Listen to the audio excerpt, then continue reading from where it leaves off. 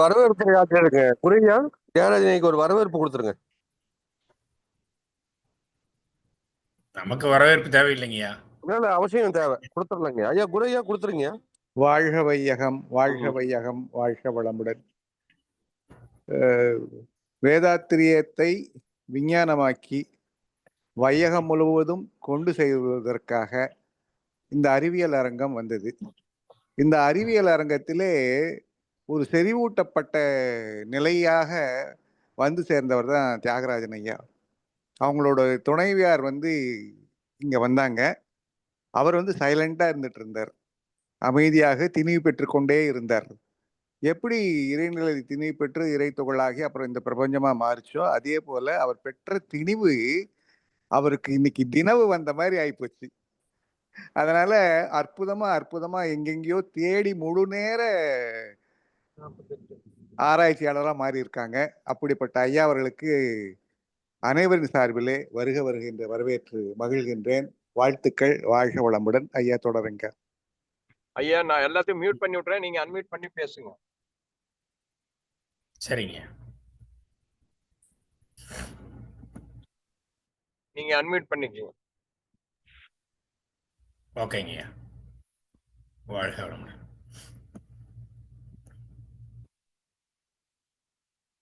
ஐயா என்னோட ஸ்கிரீன் தெரியுதுங்களா ஐயா? முழு ஸ்கிரீனு தெரியுதுங்கய்யா, நல்லா தெரியுது. Okay okay. வாழ்க வளமுடன். வாழ்க வையகம், வாழ்க வையகம், வாழ்க வளமுடன். குரு வாழ்க, குருவே துணை. இன்றைய சிந்தனைக்கு நம்ம எடுத்துக்கொண்டு இருக்கிறது பிளாக் ஹோல்ஸ் பார்ட் 2. நம்ம பிளாக் ஹோல்ஸ் பார்ட் 1ன்னு எடுத்தோம் நம்ம ஒரு மாதத்திற்கு முன்பு. அதில் நம்ம ஓவராலாக என்னென்ன பிளாக் ஹோல்ஸை பற்றி இருக்கக்கூடிய நியூஸ், அதுக்கு ரிலவெண்ட்டாக இருக்கக்கூடிய இன்ஃபர்மேஷன் எல்லாம் ஒரு ஓவராலாக ஒரு விஷயங்களை நம்ம பார்த்தோம். இன்னைக்கு நான் அந்த இது முடிஞ்ச டைமில் நிறைய கேள்விகள் வந்தது. அப்போ வரும்போது நான் சொன்னேன், ஸ்பெசிஃபிக்காக இந்த பிளாக் ஹோல்ஸினுடைய தன்மைகளும் பண்புகளும் அதனுடைய பார்ட்டை பற்றி இன்னும் கொஞ்சம் டீட்டெயிலாக நம்ம அதை ஃபோக்கஸ் பண்ணி பார்ப்போம் அப்படின்னு நான் சொல்லியிருந்தேன். ஸோ அதுக்காக இது ப்ரிப்பேர் பண்ணது தான் இந்த பிளாக் ஹோல்ஸ் பார்ட் 2. நீங்கள் மொபைலில் பயன்படுத்திட்டு இருந்தீங்கன்னா, ஏன்னா இதில் நிறைய விஷுவல்ஸ் இருக்குது. ஸோ மொபைல் பயன்படுத்தி கொண்டிருந்தால் மொபைலை ஹரிசாண்டலாக வச்சுக்கங்க. கிடைமட்டமாக வச்சு பார்த்தீங்கன்னா உங்களுக்கு ஸ்க்ரீன் ஃபுல்லாக தெரியும், வெர்டிகலாக வைக்கிறத விட. வாழ்க வளமுடன். ஸோ முதல் பார்ட்டில் நம்ம என்ன பண்ணோம் அப்படின்னு சொன்னால், ஜஸ்ட் குயிக்லி ஒரு முதல் பார்ட்டினுடைய ஃபர்ஸ்ட் பேஜ் இதுதான். இப்படிதான் ஸ்டார்ட் பண்ணோம். அதே போல் நான் ஒரு ரெக்வஸ்ட் கேட்டுக்கிறேங்க ஐயா. இது ஒரு பார்ட் 2ல் ஒரு 10-15 ஸ்லைடு இருக்குது. அதனால் முடிஞ்ச அளவுக்கு அரை மணி நேரத்துக்கு முன்னால் முடிக்கிறதுக்கு ட்ரை பண்ணுறேன், வேகமாக ஓடாமல். அப்படி போச்சுன்னா ஒரு 10 மினிட்ஸ் ஜாஸ்தியாக போகும். அதுக்கு அனுமதி வழங்க வேண்டும். Okay. So dark matter and a black hole are essentially same. இது வேதாத்ரி மகரிஷி அவர்கள் யூனிஃபைட் ஃபோர்ஸ் அப்படிங்கிற புக்கில் அவங்க கொடுத்துருக்காங்க. இன்னும் மற்ற புக்லேயும் அதை விளக்கமாக சொல்லியிருக்காங்க. So dark matter and black holes are essentially same. அதாவது நம்ம டார்க் மேட்டரை பரமாணு ஆர் வின் துகளுக்கு ஒரு பார்ட்டிக்கலாக எடுத்துக்கிட்டோம் அப்படின்னா, அதுவும் பிளாக் ஹோலும் ஒன்று தான். எப்படி ஒன்று? Dark matter is primordial state, black hole is the final state. அதாவது டார்க் மேட்டர், அதாவது முதல்ல தோன்றிய துகள் பிரிமார்டியல் ஸ்டேட் அப்படின்னா முதலாக உருவான ஒன்று. பிளாக் ஹோல் அப்படிங்கிறது அதனுடைய கடைசி ஸ்டேஜ். அது சுத்த வெளியாக மாறக்கூடிய, எல்லாம் அதனுடைய இயக்கங்கள்லாம் இழந்து கரைந்து சுத்த வெளியாக மாறக்கூடிய நிலை தான் ஃபைனல் ஸ்டேட். அதுதான் பிளாக் ஹோல் அப்படின்னு சொல்றாங்க. Such events occurs at the center of heavier planets and stars such as black spots in the sun. அதுக்கு ஒரு உதாரணமும் ஐயா கொடுத்துருக்காங்க. பிளாக் ஸ்பாட் ஏற்படுது சன்ல. இது பெரிய பிளானட்டுகளிலும் கோள்களிலும் பெரிய ஸ்டார் சூரியன்களிலும் ஏற்படக்கூடிய வாய்ப்புகள் இருக்குன்னு ஐயா சொல்லியிருக்காங்க. ஓகே. ஸோ இதுதான் நம்ம ஃபர்ஸ்ட் பார்ட்டில் பார்த்தோம். ஃபர்ஸ்ட் பார்ட்டில் நம்ம குயிக்காக இருக்கக்கூடிய எல்லா பகுதிகளையும் அதை பற்றி இருக்கக்கூடிய நியூஸ் இது எல்லாத்தையும் பார்த்தோம். இப்போ இந்த செகண்ட் பார்ட்டில் we will focus on specifications to black holes. நம்ம ஃபர்ஸ்ட் பார்ட் வந்து பார்க்காதவங்க ரெக்கார்டிங் போட்டிருக்காங்க, அதை கூட நீங்கள் பார்த்துக்கலாம். அதே போல் என்னுடைய டாக்குமெண்ட்டும் நான் ஷேர் பண்ணுறேன். Okay, so black hole part 2ல் நம்ம முதல்ல பார்க்க போகிறது பிளாக் ஹோல்களை பற்றி இப்போது இருக்கக்கூடிய கற்பனை கதைகளும், அதாவது இன்டர்நெட்லேயோ இல்லை புக்ஸ்லேயோ நிறைய சயின்ஸ் ஃபிக்ஷன்ஸ்ன்னு சொல்லுவாங்க. அதாவது அதை பற்றி ஒரு பேசிக்கான ஒரு கருத்தை எடுத்துக்கொண்டு அதை வச்சு ஒரு கதை புனைவுகள் ஏற்படுத்துவாங்க. அது வந்து மித் அப்படின்னு சொல்லுவாங்க. அது அப்புறம் உண்மைகள் என்ன, அறிவியல் பூர்வமான உண்மைகள் என்ன. அறிவியல் பூர்வமான உண்மைகள்னா இன்றைக்கு தேதிக்கு அறிவியலில் நிரூபிக்கப்பட்ட உண்மைகள். அது இங்கிலீஷில் கொடுத்துருக்கேன், தமிழில் கொடுத்துருக்கேன். ஸோ கற்பனை கதைகளும் அறிவியல் உண்மைகளும் என்னவா இருக்கும். ஸோ கருந்துளைகள் எல்லாவற்றையும் விழுங்கிவிடும் அப்படிங்கிறது ஒரு ஜென்ரலான ஒரு ஸ்டேட்மெண்ட்டு, எல்லாரும் பேசக்கூடியது. ஆனால் உண்மை என்ன அப்படின்னு சொன்னால், கருந்துளை ஈர்ப்பு சக்தி அதன் எடைக்கு ஏற்பத்தான் இருக்கும். அப்போ கருந்துளையினுடைய நிறை அதனுடைய சைஸுக்கு தகுந்த மாதிரி தான் இருக்கும். ஏன்னா டிஃப்ரெண்ட் சைஸஸ் இருக்கு கருந்துளைகளில். அப்போ அதுக்கு தகுந்த மாதிரியான ஈர்ப்பு தான் இருக்கும். ஒரு கருந்துளையை சூரியன் இடத்தில் வைத்தால் பூமி அதனை சுற்றி சுழலும், விழுங்கி விடாது. ஒரு டிஸ்டன்ஸ் நமக்கு ஒரு கொடுக்கணும் அப்படின்னு சொல்லி பார்த்தாங்கன்னா, அப்போ சூரியனுக்கும் பூமிக்கும் இடையில இருக்கிற டிஸ்டன்ஸ் மாதிரி ஒரு கருந்துளை இருந்ததுன்னா பூமியை அது விழுங்கி விடாது அப்படின்னு ஒரு உதாரணத்துக்கு அவங்க சொல்றாங்க. அருகில் சென்றால் தான் ஆபத்து. அது கிட்ட நெருங்கி செல்ல தான் அது வந்து உள்ள இழுக்கிறதுக்கு ஆரம்பிக்கும். அதனுடைய ஈர்ப்பு உள்ளே இழுக்கிறதுக்கு ஆரம்பிக்கும். அப்ப அதனுடைய ஈர்ப்பு சக்தியானது அதனுடைய நிறை அடர்த்தியை சார்ந்தது, அது நிறையை சார்ந்தது. ஓகே, கருந்துளை ஒரு வகை வெடிப்பு அல்லது துளைதான். இது ஒரு தியரி இருக்கு. கருந்துளைங்கிறது ஒரு ஸ்பேஸோடைய கிழிசல், ஸ்பேஸ்ல ஏற்பட்டக்கூடிய ஒரு சின்ன கிழிசல் மாதிரி அப்படின்னு சொல்றாங்க. இல்ல ஒரு துளை, ஒரு சின்ன ஹோல் இருக்குது அப்படின்னு சொல்றாங்க. ஆனா அது உண்மையான இது என்ன அப்படின்னு சொன்னா, கருந்துளை வெடிப்பு அல்ல, அவை மிகப்பெரிய ஈர்ப்பு சக்தி கொண்ட பொருட்கள். ஸோ அந்த இடத்துல வந்து வெடிப்போ ஒரு ஹோலோ ஓட்டையோ கிடையாது. அந்த இடத்துல ஈர்ப்பு அதிகமா இருக்கிறதுனால எல்லாமே அதை நோக்கி நெருங்கி போய் கொண்டிருக்கின்றன. இப்போ நம்ம தண்ணியில ஒரு சுழல் வந்ததுன்னா திடீர்னு சுழலும். அது தண்ணி ஓடும்போது பார்த்துருப்போம். ஆற்றுல வந்து ஓடும்போது பார்த்தீங்கன்னா, அந்த இடத்துல அடியில் ஒரு கல்லோ ஏதோ ஒன்று இருந்ததுன்னா அதை தாண்டி போகக்கூடியது எல்லாம் பார்த்தீங்கன்னா ஒரு சுழல் ஏற்படுத்தும், உடனே காணாம போயிடும். அந்த மாதிரி ஒரு ஏற்பட சுழல ஒழிய இது அது மாதிரி ஒரு பொருள், மிக சக்தி வாய்ந்த ஈர்ப்பு கொண்ட பொருள். பொருள்னு சொல்றதை விட இடம், அது ஒரு ஸ்பேஸ்ல இருக்கக்கூடிய ஒரு இடம். அங்க கிளிசலோ துளைகளோ அந்த மாதிரி அதை யூஸ் பண்ண. துளை அப்படின்னு சொன்னா இந்த பக்கம் ஒரு ஹோல்ஸ் இருக்கும், அந்த பக்கம் ஒரு வெளியே தெரியணும் இல்லைங்களா. ஸோ அதை வந்து கண்டுபிடிக்கல இது வரைக்கும். அவை ஒரு புள்ளியில் சுருங்கிய அதிக அடர்த்தி கொண்ட ஒரு பொருள். கருந்துளைகள் நேரடியாக காண முடியும். இது வந்து ஒரு கற்பனையான ஒரு விஷயம்தான். கருந்துளைகள் உண்மையான விஷயம் என்ன அப்படின்னு சொன்னா, கருந்துளைகள் ஒளியை விழுங்குவதால் நேரடியாக காண முடியாது. ஏன்னா அந்த ஒளியினுடைய ஆற்றலை விட நம்முடைய பார்க்கக்கூடிய இல்ல கருவிகளினுடைய ஆற்றல் அதிகமா இருந்தால் தான் அதை பார்க்க முடியும். அது மிக சக்தி வாய்ந்தது, அதை பார்க்க முடியாது. ஆனால் அவை சுற்றியுள்ள பொருள்கள் மீது ஏற்படும் தாக்கங்களை வைத்து மறைமுகமாக நம்ம கண்டறிகிறோம். அதுதான் உண்மை. அப்போ அதை சுத்தி எந்த பொருளுமே இல்லைன்னா என்ன ஆகும்? அங்க கருந்துளை இருக்கும், ஆனா நமக்கு தெரியாது. அது போல கருந்துளைகளையும் கண்டுபிடிச்சிருக்காங்க. பொருட்கள் அதிகமா இருந்ததுன்னா அது எல்லாமே நம்ம பேசக்கூடிய இப்போ நியூஸ்ல கேட்கக்கூடிய எல்லா கருந்துளைகளும் வந்து பொருட்கள் பக்கத்தில் இருக்கிறதுனால அதை ஈர்க்கப்பட்டு அதனால ஏற்படக்கூடிய மாற்றங்களை வைத்து தான் நம்ம கருந்துளைன்னு அதை ஐடென்டிஃபை பண்ண முடியுது. கருந்துளையில் விழுந்தால் அது உடனே அழிக்கப்படும். எந்த ஒரு விஷயமும் கருந்துளைக்கு போச்சுன்னா அதோட முடிஞ்சிருச்சு அப்படின்னு சொல்லி ஜென்ரலா நம்ம சொல்றோம். பட் அது உண்மையா கரெக்டா எக்ஸாக்டா என்ன சொல்லணும் அப்படின்னா, கருந்துளையின் ஈவென்ட் ஹொரைசான், அதாவது அதுதான் லாஸ்ட் எண்டு, எல்லை, தொடுவானம் எல்லை, அந்த எல்லை அடிவானம்னு சொல்லலாம். அந்த எல்லை போகும் வரைக்கும் எதுக்குமே அந்த ஃபீல் எதுவும் இருக்காது. அது கிட்ட போயிடுச்சுன்னு சொன்னா எல்லாத்தையும் அதனுடைய செயல்ல நம்ம ஈர்க்கப்பட்டு செயலிழக்க தொடங்கிவிடும். கருந்துளைகள் காலப்போக்கில் வளராது. அதுவும் சொல்லியிருக்காங்க. ஒரு கருந்துளைனா ஏன்னா நம்ம கான்செப்டிவலா பார்த்தோம்னா, கருந்துளைகள் தோன்றி அது கொஞ்சம் கொஞ்சமா குறைஞ்சு அது காணாம போயிரும். அப்படிதானே சொல்லியிருக்காங்க. ஆனா கருந்துளைகள் காலப்போக்கில் வளராதுன்னு சொல்றத, வளரக்கூடியதையும் பார்த்திருக்காங்க. எப்படி? கருந்துளைகள் சுற்றியுள்ள வாயு, தூசி, நட்சத்திரங்களை விழுங்கி வளர்கின்றன. அப்ப கிட்ட பொருள் இல்ல அப்படின்னு சொன்னா, ஓகே. ஆனா பொருட்கள் இருந்ததுன்னா, அது கிட்ட நெருங்குச்சுன்னா, அது விழுங்கிவிடும், இழுத்துவிடும் அது. சில நேரங்களில் 2 கருந்துளைகள் ஒன்றோடு ஒன்று இணைந்து மிகப்பெரிய கருந்துளையாக மாறுகின்றன. ஸோ அது ஃபைனல் ஸ்டேட்டுக்கு போற வரைக்கும் என்னென்ன பண்ண முடியுமோ எல்லாம் பண்ணிட்டு தான் போகும். கருந்துளைகள் நேரம் பயணிக்க உதவுகின்றன. அதாவது அ கருந்துளைக்கு போனோம்னா, நம்ம டைம் டிராவல் பண்ணிடலாம் அப்படின்னு சொல்லி ஒரு கான்செப்ட் இருக்கு. அத வச்சு நெறைய படங்கள்லாம் வந்திருக்கு. இன்டர்ஸ்டெல்லர்ன்னு ஒரு படம் வந்தது. அது பார்த்திருந்தீங்கன்னா தெரியும். அப்ப அது வந்து என்னன்னா, கருந்துளைகள் வந்து டைம் டைம் மெஷின் மாரி யூஸ் பண்ணிக்கலாங்கிற மாதிரி ஒரு சயன்ஸ் ஃபிக்ஷன் இருக்கு. பட் உண்மையில் கருந்துளையின் அருகில் நேரம் மெதுவாக ஓடும் என்பது உண்மை.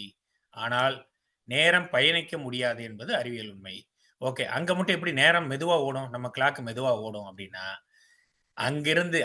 இங்கிருந்து அப்சர்வ் பண்றவங்களுக்கு, அதாவது இங்கிருந்து பார்வையில் இருக்கிறவங்களுக்கு என்னோட வாட்ச் சரியான டைம்ல நம்ம பூமியில இருக்கிறவங்களுடைய அத்தனை பேரோட வாட்சும் ஒரே மாரி தான் ஓடும். அங்க ஒளியின் வேகத்துல போகும்போது, அந்த வாட்ச் நமக்கு அப்சர்வருக்கு அது ஸ்லோவாக போற மாரி தெரியும். அந்த அங்க அ அந்த ஒளி கூடவே பயணிச்சுக்கிட்டு இருக்கிறவங்களுக்கு அந்த எந்த டிஃபரன்ஸும் தெரியாது. அதுதான் வந்து அறிவியல் உண்மை. கருந்துளையில் உள்ள ஒரு புதிய பிரபஞ்சம் இருக்கலாம். கருந்துளையின் உள்ளே ஒரு புதிய பிரபஞ்சம் இருக்கலாம். அதாவது இது வந்து மல்டிவர்ஸ் தியரின்னு சொல்றாங்க. இது வந்து இந்த கருந்துளையின் உள்ளே வோர்ம் ஹோல் இருக்கு. ஒயிட் ஹோல்ஸ்ன்னு அந்த பக்கம் இருந்து வருது. இது போற விஷயங்கள்லாம் சொல்றாங்க இல்லைங்களா? அப்ப அது கருந்துளை மாரி வெண்துளைன்னு ஒண்ணு இருக்கு. இந்த பக்கம் வாங்குற எல்லா பொருளையும் அந்த பக்கம் வெளிய துப்பிரும் அப்படின்னு பேசப்படுகிறது. அதை பற்றிய ஆராய்ச்சிகள்லாம் ஆராய்ச்சிகள்ல நடக்குறாங்க.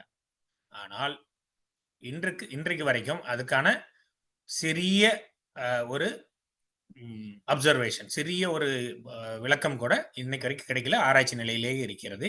இதற்கான எந்த ஆதாரமும் இல்லை. கருந்துளையில் விழுந்தால் நீங்கள் வேறு இடத்துக்கு தோன்றீர்கள். அதுதான் நான் சொன்ன அந்த ஒயிட் ஹோல். இந்த பக்கம் வாங்கி அந்த பக்கம் விட்டுரும் அப்படின்னு. இந்த பக்கம் வாங்குறது என்ன பண்ணுது? நம்ம பொருள வாங்கி பொருள குடுக்குற மாரி கிடையாது. இந்த பக்கம் வாங்குறதுங்கிறது everything compressed into one point. ஒரு சிங்குலர் பாயிண்ட் ஆயிடுது. அப்போ அந்த பக்கம் வெளியே போகும்னு ஒரு கான்செப்ட் வச்சா கூட ஒன்லி இன்ஃபர்மேஷன் வேற வடிவத்துல போலாம். அதனால வந்து இந்த படங்கள்ல காட்டுற மாரி கருந்துளையில ஒரு பக்கம் அவங்க உள்ள போவாங்க. அந்த பக்கம் வெளியே வந்துருவாங்க. டாக்டர் ஸ்ட்ரேஞ்சுன்னு ஒரு படம் இருக்கும். அந்த படங்கள் பார்த்தீங்கன்னா உங்களுக்கு தெரியும். ஓகே. கருந்துளையின் உள்ளே ஒரு பிரபஞ்சம் இருக்கலாம். இது இன்னொரு கருத்து. அதாவது இதுவும் வந்து ஆல்டர்னேட்டிவ் யூனிவர்ஸ். நம்மளைப் போலவே நான் இங்க எப்படி பேசிட்டு இருக்கிறேனோ, இதே போல இன்னொரு பிரபஞ்சத்துல இதே சம்பவம் நடந்து கொண்டிருக்கலாம் அப்படின்னு சொல்லி ஒரு கோட்பாடு. அதெல்லாம் இருக்கு. பட் அதுக்கான ஆதாரங்கள் இல்லை. கருந்துளையில் விழுந்தால் நீங்கள் வேறு இடத்தில் தோன்றுவீர்கள். அதுதான். ஒரு வெள்ளை துளை அந்த வழியா போய் அந்த பக்கம் வெளிய வந்துருவோம். அப்ப இங்கிருந்து நம்ம அணுக்கள் சிதைக்கப்பட்டு ஸ்பிகாட்டிஃபிகேஷன் அப்படிங்கிற ஒரு பாயிண்ட் ஒரு ப்ராசஸ்ல தான் நம்ம எல்லாமே ஒருநிலைப்பட்டு ஒரு புள்ளியாக மாறிவிடுவோம். அத மறுபடியும் விரிச்சு காட்ட முடியாது. நம்ம எல்லாம் ஃபுல்லா நசுக்கிட்டு மறுபடியும் திரும்ப எடுத்து ஒட்ட வச்சு வெளிய அனுப்ப முடியாது. ஆனா அது ஒரு தியரி ஒண்ணு இருக்கு. அத பத்தி பேசிட்டு இருக்காங்க. பட் அறிவியல் உண்மை இன்றைக்கு உள்ள காலகட்டத்துக்கு நான் சொல்றேன். ஓகே. கருந்துளைகள் மிகுந்த ஈர்ப்பு சக்தி வாய்ந்தவை. ஒளியையே வெளியே அனுப்ப முடியாத அளவுக்கு ஈர்ப்பு சக்தி உள்ளது. இதெல்லாம் பாயிண்ட்ஸ் வந்து அறிவியல் உண்மைகள் இது. நட்சத்திரங்கள் சுருங்கும் போது உருவாகின்றன. எப்ப அது உருவாகுது? நட்சத்திரங்கள் தன்னுடைய வாழ்க்கையை முடித்துக்கொண்டு, அதனுடைய ஆற்றலை முடித்துக்கொண்டு, அதனுடைய நடுவுல இருக்கக்கூடிய அணுக்கரு சிதை மாற்றங்கள்லாம் வந்து அது முடிஞ்ச அளவுக்கு எல்லாம் வெடிச்சு சிதறி முடிந்து ஒரு ஸ்டேஜுக்கு போகும்போது தான் அது கருந்துளையாக மாறுது. ஓகே. எல்லா நட்சத்திரங்களும் கருந்துளையாக மாறிவிடுமா? இல்லை. மாறாது. ஒரு சில நட்சத்திரங்கள் அதற்கு முன்பாகவே அது வேற ஒன்றோடு கலந்து மிக்ஸ் ஆகி போகக்கூடிய வாய்ப்பு இருக்கு. லார்ஜஸ்ட் பெரிய கருந்துளைகள் தான் வந்து அந்த ப்ராப்பரா வந்து கருந்துளையாக மாறி அதனுடைய பண்புல அது இயங்கி அதுக்கப்புறம் அது முடிஞ்சு போகுது. இதெல்லாம் நம்ம சொல்லக்கூடிய காலகட்டங்கள் எல்லாமே பல மில்லியன் இயர்ஸ் ஆகும். ஓகே. நேரடியாக காண முடியாது. அத நம்ம சொல்லிட்டோம். அதனுடைய தாக்கங்களை வைத்து தான் நம்ம கண்டறிகிறோம். என்ன மாதிரி தாக்கங்கள்? அதிலிருந்து வெளியேறக்கூடிய எக்ஸ்ரே, கிராவிடேஷனல் வேவ்ஸ், கிராவிடேஷனல் லென்சிங்னு சொல்லுவாங்க. அதிலிருந்து வெளியேறக்கூடிய ஜெட்ஸு, மற்ற ஃபோட்டான்ஸ் நார்மலாக இருக்கக்கூடிய ஒளிக்கற்றைகள், இது எல்லாத்தையும் வச்சு தான் நம்ம அதை கணிக்க முடிகிறது. கருந்துளையின் அருகில் நேரம் மெதுவாக ஓடும். இதுதான் நான் சொன்னேன்.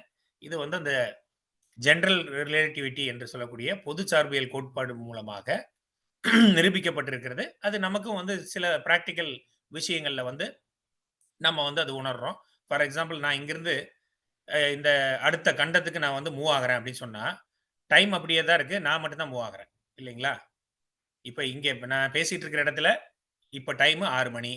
அங்க உங்களுக்கு 8, 8:30 ஆயிடுச்சுன்னு நினைக்கிறேன். ஆமா.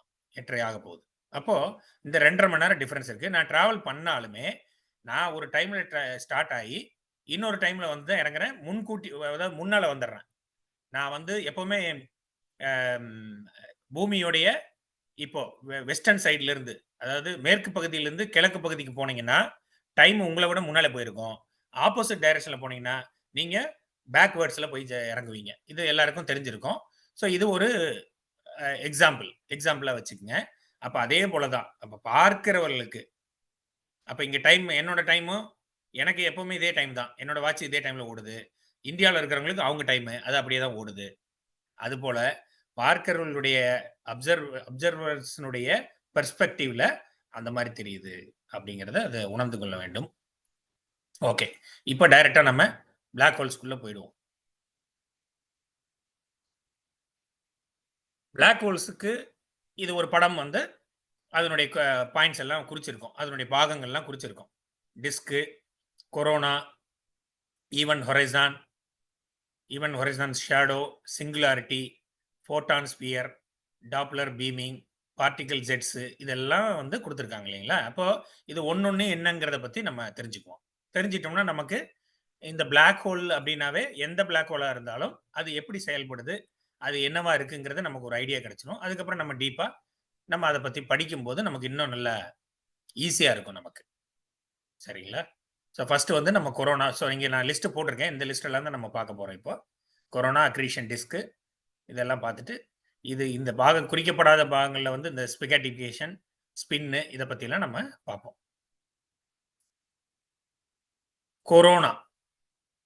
கொரோனா அப்படின்னு சொன்னா நமக்கு தெரிஞ்சிருக்கும். கொரோனா வைரஸ் பற்றி பேசியிருப்போம். அது ஏன் கொரோனாங்கிற வேர்டு வந்ததுன்னா, அது வந்து க்ரௌன் மாதிரி இருந்தது. க்ரௌன்னா கிரீடம் மாதிரி, அது மாதிரி இருந்ததுனால தான் அந்த கொரோனான்னு சொல்றோம். ஸோ இங்க வந்து பிளாக் ஹோலுக்கு ஒரு கொரோனா இருக்கு. எப்படி? இங்க நல்லா பார்த்தீங்கன்னா, மேல ஒரு கூம்பு மாதிரி குடுமி வச்ச மாதிரி இருக்கு பாருங்க. கீழே ஒரு குடுமி வச்ச மாதிரி இருக்கு. தேங்காய்க்கு குடுமி இருக்கிற மாதிரி இருக்கு பாருங்க. அதுதான் கொரோனா அப்படின்னு சொல்றது. இந்த கொரோனாங்கிறது எப்படி ஏற்படுது அப்படின்னு சொன்னா, அதை சுத்தி இருக்கக்கூடிய அதிக வெப்பமுள்ள பிளாஸ்மா பகுதி. ஏன்னா அந்த இடத்துல அவ்வளவு வேகமாக அதி வெப்பமான சூழ்நிலை ஏற்பட்டு அங்க வந்து பிளாஸ்மா வந்து உருவாகுது. அந்த பிளாஸ்மாங்கிறது ஒரு ஃப்ளூயிட், பாய்ம பொருள் மாதிரி இருக்குது. அப்ப அது அது அந்த இடத்துல உருவாகக்கூடிய இடம் இருக்கு. அதுதான் அந்த அக்ரீஷன் டிஸ்க்னு சொல்லக்கூடிய அந்த டிஸ்க் பகுதியிலேருந்து அது எல்லாம் வரக்கூடிய ரேடியேஷன், வெப்பம் இது எல்லாத்தையும் சேர்த்து ஒரு கூம்பு வடிவத்தில். இந்த கூம்பு வடிவத்தில் ஏன் போகுதுன்னா, நம்ம மறுபடியும் வேதாத்திரியத்தை வந்து கொஞ்சம் மனதில் வச்சுக்குவோம். சூழ்ந்து அழுத்தும் ஆற்றல். ஸோ எல்லா பகுதியிலேருந்து சூழ்ந்து அழுத்துது. அது புஷ் பண்ணி வெளியே போகிறதுக்கு ட்ரை பண்ணுது. அப்போ தள்ளி போக போக இங்கே சூழ்ந்து அழுத்தம் பண்ண முடியல. தள்ளி போக போக அதை நெருக்கி கொண்டு வருது பாருங்க. அதனால தான் அந்த கூம்பு வடிவம் ஏற்படுது. அப்போ எக்ஸ்ரேஸ் வெளிவிடுது. சூரிய கொரோனா போல, ஆனால் பில்லியன் டிகிரி வெப்பம் கொண்டது. சூரியன்ல இருந்து கொரோனா இருக்கு. சூரியனை சுத்தி இருக்கக்கூடிய இதுல பாத்தீங்கன்னா அந்த வெப்பம், அதிவேக வெப்பமும் அந்த அலைகளும் வெளிவந்து கொண்டிருக்கு. அதையும் கொரோனான்னு சொல்றோம். ஆனா அது வந்து அங்கங்க வெடிச்சு சிதறிட்டு இருக்கும். பட் இது வந்து பிரம்மாண்டமா இருக்கிறதுனால ஒரே கொரோனாவா அப்படியே கூம்பு வடிவத்துல வருது. இதை வந்து இதுல கண்டுபிடிச்சிருக்காங்க. நாசாவுடைய இமேஜிங் எக்ஸ்ரே போலரிமீட்டர் எக்ஸ்ப்ளோரர்ங்கிற அந்த கருவி மூலமாக அதை வந்து கண்டுபிடிச்சிருக்காங்க. இந்த விளக்கப்படத்தில் ஒரு மிகப்பெரிய கருந்துளையின் கொரோனா வளர்ச்சி வட்டு மேல் வெளிர்கூம்பு வடிவு சுழல்களாக தோன்றுகிறது. தமிழாக்கம் முடிஞ்ச அளவுக்கு தமிழாக்கம் பண்ணி போட்டிருக்கேன். அப்போ இதை என்ன பண்ணுதுன்னா, இந்த வட்டுங்கிறது அந்த அக்ரீஷன் டிஸ்க்னு சொல்றேன். அந்த டிஸ்க் மேல ஏற்படக்கூடிய, ஏன்னா அது வந்து ஒரு பார்ட்டிகல் ஆக்சலரேட்டர் மாதிரி ஒர்க் பண்ணிட்டு இருக்கோம். அப்போ அதுல இருந்து வரக்கூடிய இந்த இது கொரோனான்னு நம்ம வச்சுக்கலாம். ஓகே, அடுத்தது என்ன போலாம்? Accretion disk. அக்ரீஷன் டிஸ்க் அப்படிங்கிறது இது ரொம்ப புரிஞ்சுக்கணும். ஏன்னா இது நிறைய படங்கள் நீங்க பார்ப்பீங்க. ஒரு பிளாக் ஹோல் அப்படின்னு சொல்லப்பட்டாலே நீங்க பார்க்கறது இந்த மாதிரி படங்கள் தான் பார்ப்பீங்க. அதாவது ஒரு வட்டு வடிவத்தில் இருக்கும். அதுக்கப்புறம் மேலே வந்து ஒரு குளோபா வந்து இருக்கிற மாதிரி இருக்கும். இது நல்லா கூர்ந்து கவனிச்சிங்க அப்படின்னு சொன்னா இது ஸ்பேஸ், இந்த கோடுகள் இருக்கிறத ஸ்பேஸ்ன்னு வச்சுக்கோங்க. இந்த தட்டு வடிவத்தில் இருக்கக்கூடியது அதுதான் தட்டு. ஆனா இது அப்படியே போய் இங்க மேலே ஏறுது. மேலே ஏறி மடிஞ்சு மறுபடியும் திரும்ப வருது. இந்த அமைப்பு இருக்கு பாத்தீங்களா? இது மொத்தமா இதை வந்து நம்ம நேருக்கு நேராக ஒரு ஆங்கிள் பார்த்தோம்னா இது தட்டு வடிவில் தான் இருக்கும். முழுமையான தட்டு வடிவில் இருக்கும். பட் அப்சர்வர் ஒரு ஆங்கிள் நீங்க பார்க்கும்போது அங்க ஒளி வளைவடைந்து அந்த மாதிரி உங்களுக்கு தோன்றும். அது பின்னால வரக்கூடிய படங்கள்ல நம்ம பார்க்கலாம்.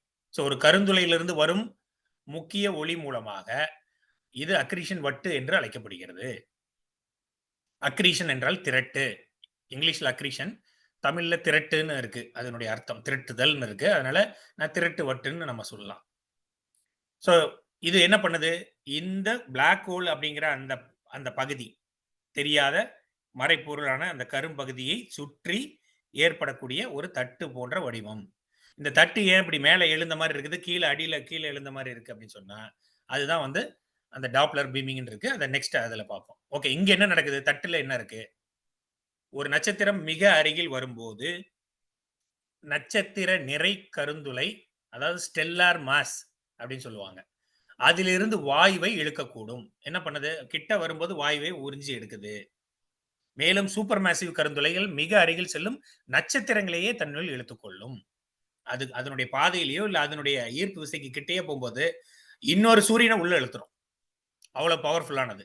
ஓகே, இந்த இழுக்கப்பட்ட வாயுக்கள், பொருட்கள், அதில் இருக்கக்கூடிய துகள்கள் எல்லாத்தையும் என்ன பண்ணும்? எடுத்து உள்ள நுழைக்கிறதுக்கு அந்த வேகமாக இழுக்கும் போது சுழலும் விசையில அது ஒரு சுழற்சி மாதிரி ஏற்பட்டு ஃபர்ஸ்ட் அது உள்ள ஜெனரலா உள்ள போறதுக்கு முன்னால வெளிப்பக்கமா சுழல ஆரம்பிச்சிடும்.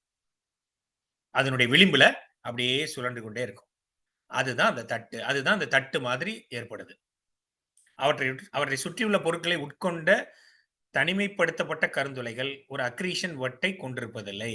அப்போ நான் ஏற்கனவே சொன்ன மாதிரி ஒரு கருந்துளையில் பக்கத்துல எதுவுமே கிடையாது, வெறும் கருந்துளை மட்டும் இருக்குது. ஏன்னா கருந்துளைங்கிறது எகைன் அந்த எண்ட் பாயிண்ட் இல்லையா, லாஸ்ட் ஃபைனல் ஸ்டேட்டுங்கிறது எந்த விண்ணுக்கு வேணாலும் ஏற்படலாம். அப்ப எங்கேயாவது ஒரு இடத்துல ஏற்பட்டிருக்கும் இல்லையா, அங்க பக்கத்துல எந்த விண்ணோ இல்ல பெரிய கூட்டமோ இல்லை அப்படின்னு சொன்னா அது அப்படியே சைலண்டா இருக்கும். ஒரு லென்ஸ் மாதிரி இருக்கும், நமக்கு தெரியாது. இப்போ நார்மலா நீங்க உங்க கண்ணாடி போட்டிருந்தீங்க அப்படின்னா கண்ணாடியோட பார்த்துட்டு இப்படி மேல இப்படி கண்ணாடி தூக்கி பாருங்க, இப்படி பாருங்க, ஒரு ஏதோ ஒரு மாற்றம் ஏற்படுதா? அது போலதான் நமக்கு தெரியும். ஒரு சின்ன ஒரு லென்சிங் எஃபெக்டோட அது போயிடும். ஆனா பக்கத்துல ஏதாவது இது போல கோள்களோ நட்சத்திரங்களோ இல்ல வாயு கூட்டமோ வந்தா எது வந்தாலும் சரி உள்ள இழுத்துரும். உள்ள இழுத்து சுழல விட்டுச்சுன்னா நமக்கு தெரிய ஆரம்பிச்சிடும். நமக்கு மீன்ஸ் கருவிகளுக்கு அதை பார்த்து உணரக்கூடிய தன்மை ஏற்படுகிறது. வானிலையாளர்கள் இந்த செயல்முறையை ஈர்ப்பு லென்சிங், கிராவிடேஷனல் லென்சிங் என்று அழைக்கிறார்கள். எது அந்த மேல தூக்கி அந்த நமக்கு ஒரு வித்தியாசமான ஒரு உருவத்தை காட்டுது இல்லைங்களா, அதை வந்து கிராவிடேஷனல் லென்சிங்னு சொல்றாங்க. கருந்துளைக்கு பின்னால் உள்ள வட்டின் மேலிருந்து நம்மை நோக்கி வரும் ஒளி அதற்கு மேலே ஒரு திமிழாக உருவாகிறது. அப்ப என்ன பண்ணுது? எல்லா ஒளியும் நான் பார்க்கிறேன் இங்கிருந்து, என்னுடைய கண்ணை நோக்கி தான் அது வருது. வரும்போது அந்த இடத்துல அது கருந்துளை அங்க வந்து ஒரு குளோபல் வடிவத்தில் இருக்கிறனால அது வளைக்குது. அப்ப வளைக்கும் போது அது மேல அப்படி எந்திரிக்குது. ஏன்னா என்னைய நோக்கி வர்றதுக்கு ட்ரை பண்ணுது. என்னை விட்டு மறைய முடியாது அது. அப்போ அது அந்த இடத்துல ஒரு பம்ப். அதான் நம்ம இதுக்கு சொல்ற மாதிரி கேமலுக்கு சொல்ற மாதிரி கேமலுக்கு ஹம்ப்னு சொல்லுவாங்க. அதான் திமிழ். அந்த திமிழ் மாதிரி ஏற்படுது. அதே போல கீழே போயிட்டு இந்த பக்கம் வர்றது வந்து அடியில ஒரு திமிழ் மாதிரி ஏற்படுத்துது. அதுதான் நம்ம பார்க்கக்கூடிய இந்த வடிவம். அதுதான் இந்த திரட்டு வட்டினுடைய தன்மை. பார்ட்டிகிள் ஜெட்ஸ் அப்படிங்கிறது என்ன ஆகுது அப்படின்னா, இதற்கு முன்னால வந்து என்ன சொல்லிட்டு இருந்தாங்கன்னா, பார்ட்டிகிள் ஜெட் அப்படிங்கிறது உள்ள இருந்து, அதாவது அந்த கருந்துளை தான் இதை உமிழுது அப்படின்னு சொன்னாங்க. ஆனா கருந்துளையினுடைய கான்செப்ட் என்ன? அதுக்குள்ள போச்சுன்னா எதுவும் வெளியே வரக்கூடாது, சிங்குலாரிட்டி நோக்கி போக வேண்டும். ஆனா கருந்துளையிலிருந்து வெளிவருது அப்படின்னு சொல்லும்போது அதுக்கப்புறம் கூர்ந்து கவனிக்கும் போது அது கருந்துளையிலிருந்து வெளிவரல, கருந்துளைக்கு மேல இருக்கக்கூடிய சர்ஃபேஸ்ல இருந்து தான் வெளிவருது. ஸோ துகள் ஜெட்டுகள் என்றால் என்ன? கருந்துளையின் அருகில் உள்ள அக்ரீஷன் டிஸ்க் உள்ள வாயுக்கள் மற்றும் தூசிகள் மிக வேகமாக சுழலும், அவை மிகுந்த வெப்பம் பெற்று மற்றும் மின் அழுத்தம் பெறுகின்றன. ஸோ அங்க ஒரு காந்த புலம் ஏற்படுது. இந்த சூழ்நிலையில் சில துகள்கள் கருந்துளையின் துருவங்களிலிருந்து வெளியில் தள்ளப்படுகின்றன. ஏன்னா ஒரு தட்டு மாதிரி சுத்துது, வேகமா சுத்துது, வெப்பம் அதிகம், அந்த இடத்துல ஒரு மேக்னெட்டிக் ஃபீல்டு ஏற்படுகிறது, எகைன் சூழ்ந்து அழுத்தம் ஆற்றல் ஏற்படுது. இதெல்லாம் நடக்கும்போது என்ன பண்ணுது, எங்கேயும் போறதுக்கு சைட்ல போறதுக்கு வழி இல்ல, எங்கேயும் போறதுக்கு வழி இல்ல. அப்ப எங்க வழி கிடைக்குதோ அது மேல பீச்சி அடிக்குது. அதுதான் வந்து இந்த ஜெட். அப்போ நம்ம இங்கிருந்து பார்வைக்கு நமக்கு எப்படி தெரியும், அது உள்ள இருந்து வெளிய வர்ற மாதிரி இருக்கும். அது உள்ள இருந்து வெளிய வரல. இந்த அக்ரீஷன் டிஸ்க்ல நடக்கக்கூடிய விஷயங்களை எல்லாத்தையும் எடுத்து அதுல வரக்கூடிய ஹைலி எனர்ஜெட்டிக் பார்ட்டிகள் அதுக்கு மேல ஒன்றும் பண்ண முடியாம அங்கிருந்து பீச்சி அடிக்க ஆரம்பிக்குது. இது ரெண்டு பக்கமும் ஏன் நடக்குது, ஏன்னா இது குளோபல் ஷேப். இது ஒரு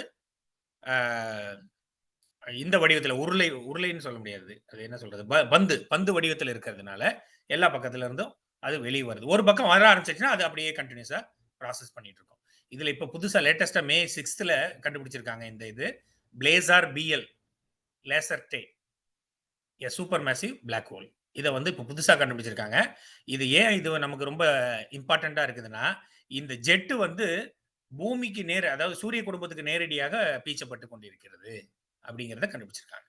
அதுல பாத்தீங்கன்னா ஸ்ப்ரிங் மாதிரி ஹெலிக்கல் ஷேப்ல வருது பாருங்க. இது வந்து மேக்னெட்டிக் ஃபீல்டு. இது உள்ள இருந்து வரக்கூடிய அந்த ப்ளூ கலர் மாதிரி பிளஸ் ஒயிட் வர்றது வந்து எல்லாம் ஃபோட்டான்ஸ், மற்ற பார்ட்டிகல்ஸும் வெளியே வருது. எக்ஸ்ரேஸ், மற்ற ரேஸ் எல்லாம் வெளியே வந்துட்டு இருக்கு. இப்போ இதுல என்னென்ன இருக்கும் இந்த துகள்கள்ல அப்படின்னு சொன்னா, எலக்ட்ரான்கள் இருக்கு, புரோட்டான்கள் இருக்கு, ஸ்பெல்லிங் மிஸ்டேக்கு மாத்திக்கிறேன், மற்றும் பிற பிளாஸ்மா துகள்கள். அப்ப எல்லா துகள்களும் அதிலிருந்து வெளிவந்து கொண்டிருக்கின்றன. ஹாக்கிங் ரேடியேஷன் அப்படின்னு சொல்லுவாங்க. ஹாக்கிங் ரேடியேஷன்னா என்ன? இப்போ ஒரு கருந்துளை இருக்கு, அது மேல பாருங்க, ஒரு நம்ம சங்கு சக்கரம் சுத்தும் போது ஒரு பொறி பொறியா பறக்கும் பாருங்க, அது போலவே இருக்கு பாருங்க. அப்ப இதுல என்ன நடக்குது அப்படின்னு சொன்னா, கருந்துளை நிகழ்வு அடிவானம், அதாவது அந்த ஈவென்ட் ஹொரைசன் சொல்றது, வெளியே இருந்து வெளிப்படும் ஒரு தத்துவார்த்த கதிர்வீச்சு ஆகும். ஹாக்கிங்ஸ் அப்படிங்கிறவரு ஸ்டீஃபன் ஹாக்கிங்ஸ்ங்கிறத கண்டுபிடிச்சனால அவர் பேர்ல வச்சிருக்காங்க. அவரு இந்த மாதிரி வரும், எப்படி வரும் அப்படின்னு அவர் கால்குலேட் பண்ணி அவரு ஃபார்முலாவில் மேத்தமெட்டிக்ஸா கால்குலேட் பண்ணி அதை கொடுக்குறாரு. இந்த மாதிரி நடந்ததுன்னா இது போன்ற ரேடியேஷன் அங்கே ஏற்படும் அப்படின்னு சொல்லியிருக்காரு. அதை ஏற்படுவதை இப்போ உணரவும் ஆரம்பிச்சிருக்காங்க. ஸோ அப்ப என்ன நடக்குது அப்படின்னா, அங்க அதீத வெப்பமும் அதீத ஆற்றலும் அதீத துகள்களினுடைய மோதல்களும் அங்கே ஏற்படுது. அப்ப இந்த கதிர்வீச்சு ஈர்ப்பு விசையால் பிரிக்கப்பட்டு வெற்றிடத்திலிருந்து இயற்கையாகவே வெளிப்படும் இரட்டை மெய்நிகர் துகள்கள், அதாவது பார்ட்டிகல் டியூவாலிட்டின்னு சொல்லுவாங்க. ஒரு பார்ட்டிகல் ஒரு குவார்க்கை வந்து பிச்சிங்கன்னா இன்னொரு பேரா மாறிடும். அது போல நடந்துகிட்டே இருக்குது. அப்ப அதுல ஒண்ணு உள் நோக்கி போகுது, இன்னொன்னு வெளிநோக்கி பிச்சு அடிக்கப்படுது. அதை நம்ம இந்த ஹாக்கிங் கதிர்வீச்சுன்னு சொல்றோம்னு அவரு ஆராய்ச்சி மூலமா சொல்லியிருக்காங்க. ஓகேங்களா? அப்ப இதுல வெற்றிடத்தில் தானாகவே உருவாகும் துகள்கள், அது எப்பவுமே ஜோடியா தான் வரும். பார்ட்டிகல் ஆன்டி பார்ட்டிகல் பேரா வரும். அது உடனே அழிஞ்சிரும். அப்ப அழியும் போது அந்த இது வந்து வட்டு பகுதியில் நடந்துட்டு இருக்கும். இந்த தட்டு பகுதியில் நடக்கக்கூடியது. அது தட்டுக்கு கிட்ட போயிருச்சுன்னு சொன்னா, அதுல அந்த பார்ட்டிகல் பேர்ல ஒண்ணு உள்ள போச்சுன்னா இன்னொன்னு வெளியே வந்துடும். நெகட்டிவ் உள்ள போச்சா பாசிட்டிவ் வெளியே வரும். இத வந்து ஏன் வந்து இது மாதிரி நடக்கிறதுக்கு வாய்ப்பு இருக்குன்னு ஏன் சொல்றாங்கன்னா, இதுதான் இந்த நெகட்டிவ் பார்ட்டிகல்ஸ் உள்ள போக போக போக அந்த சிங்குலாரிட்டியினுடைய நிறையும் குறைச்சிக்கிட்டே இருக்க அதனாலதான். இல்லைன்னா எப்பவுமே உள் வாங்கிட்டே இருக்கும்போது என்ன ஆகும்னா ஜாஸ்தி ஆயிட்டே போகணும் இல்லைங்களா? அப்ப இது குறைக்கிறதுக்கு இந்த ஆன்டி பார்ட்டிகளும் ஒரு காரணம். அப்ப நிறை குறைந்து அப்படியே அது மறைந்து போகுது, சுத்த வழியோட கரைஞ்சு போகுது அப்படிங்கிற ஒரு தியரிக்கும் இது வந்து சப்போர்ட்டா இருக்கு. ஓகே, கருந்துளையின் விளிம்பில் இந்த ஜோடிகள் கருந்துளையின் ஈவென்ட் ஹொரைசன் அருகில் உருவானால் ஒரு துகள் கருந்துளைக்குள் விழ மற்றொன்று வெளியே தப்பிக்கலாம். வெளியேறும் துகள்கள் ஒரு வகையான கதிர்வீச்சாக வெளிப்படும். அதுவே ஹாக்கிங் கதிர்வீச்சு. இந்த செயல்முறை காரணமாக கருந்துளை மெதுவாக அதன் சக்தியை இழக்கிறது, இறுதியில் அது முழுமையாக அழிந்துவிடும் அப்படிங்கிறது இதுல அறிவியல்ல சொல்றாங்க. நம்ம வேதாத்திரியம் பாயிண்ட் ஆஃப் வியூல இருந்து பார்த்தோம்னா அது என்ன பண்ணுது, கொஞ்சம் கொஞ்சமா அதனுடைய நிறை குறையணும் இல்லைங்களா? நிறை குறையிறதுக்கு இந்த பார்ட்டிகல், இந்த ஆன்டி பார்ட்டிகளினுடைய இது அந்த நிறைக்குள்ள போய் அது என்ன பண்ணுது, நல்லிஃபை பண்ணுது, அதாவது நியூட்ரலைஸ் பண்றதுக்கு ட்ரை பண்ணிட்டே இருக்குது. அப்படியே கொஞ்சம் கொஞ்சமா குறையுது அப்படின்னு நம்ம எடுத்துக்கலாம். அடுத்தது டாப்ளர் பீமிங். இதை வந்து கொஞ்சம் கூர்ந்து பாருங்க. இது ஒரு சின்ன வீடியோ. இப்போ ஒளி வந்து இந்த கருந்துளை மேல பயணிச்சிட்டு இருக்கு, தெரியுதுங்களா? இப்போ இதே நேரடியா பார்த்தீங்கன்னா எப்படி இருக்கு? வட்டு மாதிரி இருக்கு. இதே வளைஞ்சு போகும்போது என்ன ஆகுது? உங்களுக்கு அந்த ஒளி வளையறது தெரியுதா? ஆனா ஆக்சுவலா என்ன நடக்குது? ஸ்ட்ரெயிட்டா தான் இருக்கு. ஆனா நம்மளுடைய பார்வைக்கு அது அந்த இடத்துல ட்விஸ்ட் ஆகும்போது உங்களுக்கு அந்த ஒரு அமைப்பு ஏற்படுகிறது. ஏன்னா நம்ம வந்து கருந்துளைக்கு இப்ப எதுவுமே இல்ல. டிரான்ஸ்பரண்டான ஒரு பால். நம்ம தண்ணிக்குள்ள வந்து ஒரு டம்ளர்ல வந்து ஒரு பேனாவை போட்டோம்னா அது வளையுது பார்த்தீங்களா? அது போன்ற வளைவு. அதான் டாப்லர் பீமிங் அப்படின்னு சொல்றாங்க. இது வந்து பார்த்தீங்கன்னா உங்களுக்கு நல்லா தெரியும். அப்ப ஸ்ட்ரெயிட்டா பார்த்தீங்கன்னா உங்களுக்கு அது ஒரு வட்டு வடிவில தெரியும். அதே ஒரு ஆங்கிள்ல இருந்து பார்க்கும்போது எல்லா ஆங்கிள்ல இருந்தும் இப்படித்தான் தெரியும். யார் எங்கிருந்து எந்த ஆங்கிள்ல பார்த்தாலுமே அங்க மாரி தெரியும். ஒன்லி அந்த ஸ்ட்ரெயிட்டா பெர்ஃபெக்ட் ஸ்ட்ரெயிட்டா வந்து பார்த்தோம்னா தான் நமக்கு வந்து அந்த தட்டு வடிவில இருக்கும். இன்னொரு தடவை நான் போட்டுட்டு அடுத்தது நெக்ஸ்ட் போவோம். கதிர்வீச்சு மிக வேகமாக நகரும் பொருளிலிருந்து வரும்போது அதன் ஒளி அதிகமாக அல்லது குறைவாக தெரியும் ஒரு நிகழ்வு. அவ்வளவுதான். அதுதான் அந்த நிகழ்வு. ஒரு விண்மீன் அல்லது ஒரு குவாசார் நம்மை நோக்கி மிக வேகமாக நகரும்போது அதன் ஒளி அதிக பிரகாசமாக தெரியும். அது நம்மை விட்டு விலகும்போது ஒளி மங்கலாக தெரியும். இந்த சிறப்பு சார்பியல் கோட்பாடு ஸ்பெஷல் ரிலேட்டிவிட்டி மற்றும் டாப்லர் விளைவு காரணமாக ஏற்படுகிறது. ஒளியின் அலைநீளம் சுருங்கும் போது அது நீல நிற மாற்றம் என்று சொல்றோம். அது விலகும் போது சிவப்பு நிற மாற்றம், ப்ளூ ஷிஃப்ட், ரெட் ஷிஃப்ட்னு இருக்கு. ரெட் ஷிஃப்ட் அப்படின்னா என்னன்னா, ஒரு ஒளி நம்மை நம்மை தாண்டி நம்மை நம்மை விட்டு விலகி போகும்போது அதனுடைய அலைநீளத்தை வச்சு அவங்க ஒரு கணக்குக்கு போடும்போது அது ரெட் ஷிஃப்ட்னு சொல்றோம். நம்மை நோக்கி ஒரு வந்துட்டு இருக்கு. அது இதன் மூலமாக தான் பூமியை நோக்கி வரக்கூடிய பல கதிர்வீச்சுகளை எப்படி கண்டுபிடிக்கிறாங்கன்னா, இப்படிதான் கண்டுபிடிக்கிறாங்க. அந்த ஒளியினுடைய ஏன்னா அது பல மில்லியன் இயர்ஸ் டிராவல் பண்ணி வந்துட்டு இருக்கும். ஆனா அது ப்ளூவாக இருக்கும்போது அப்ப நமக்கு கிட்ட வருது. ரெட்டா இருக்கும்போது அது நம்மை விட்டு வெளியே விலகி போகுதுன்னு இந்த கதிர்வீச்சுகளினுடைய அந்த அலைகளினுடைய அலை நீளத்தினுடைய கலர்களை வச்சு நம்ம கண்டுபிடிக்கிறோம். அதே போல எஃபெக்ட் தான் இங்க ஏற்படுது அப்படின்னு சொல்றாங்க. பயன்பாடுகள் இதனால என்ன யூஸ் நமக்கு? குவாசார்கள், ஜெட் கதிர்வீச்சுகள் மற்றும்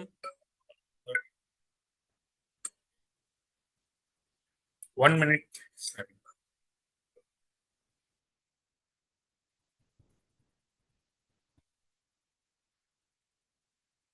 ஐயா வாழ்க வளமுடன். நான் ஒரு மீட்டிங்ல இருக்கேங்க ஐயா. ஜூம் கால்ல இருக்கீங்க. அறிவியல் அரங்கம். வாழ்க வளமுடன். நன்றி.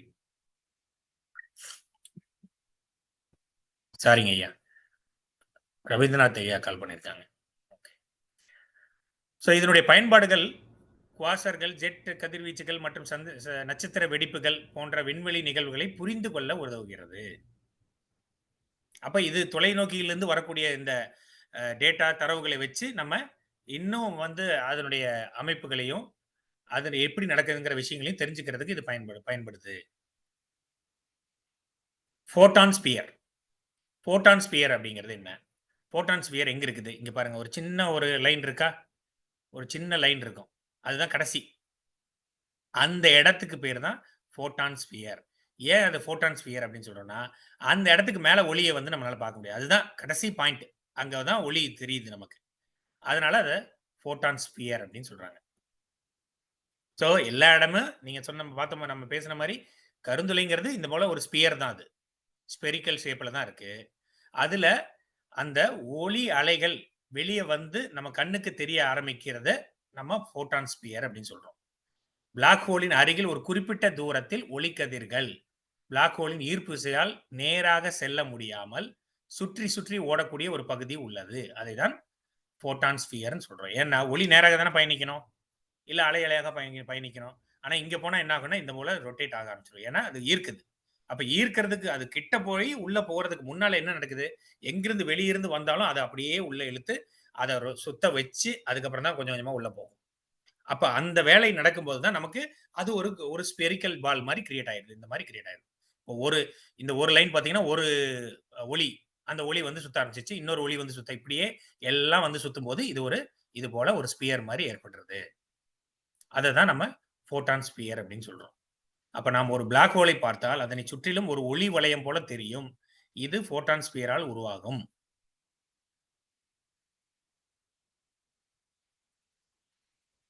ஈவெண்ட் ஹொரைசன் ஷேடோ இது ரொம்ப இம்பார்ட்டன்ட். ஏன்னா இதுதான் நம்ம வந்து அந்த பிளாக் ஹோல் இருக்கு அப்படின்னு தெரியறதுக்கான ஒரு நிழலான பகுதி, கருமையான பகுதி. அப்ப அதை நம்ம தெரிஞ்சுக்கணும் அதுல என்ன நடக்குது அப்படின்னு. இப்ப இதை பாத்தீங்கன்னா அதையே வந்து நம்ம அந்த தட்டை வடிவத்தில் நம்ம போட்டு பார்க்குறோம் 2Dல. ஒரு பிளாக் ஹோலோட ஷேடோ அப்படிங்கிறது இந்த இடத்துல வருது. அதாவது இவ்வளவு தூரத்தில் இருக்கு. இது ஈவெண்ட் ஹொரைசன்ங்கிறது அடிவானம். இப்போ நம்ம மலை அடிவாரத்துக்கு போகிறோம்.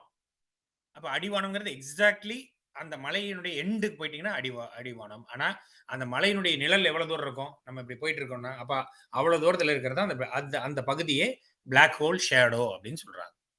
ஸோ அங்கே என்ன நடக்குது?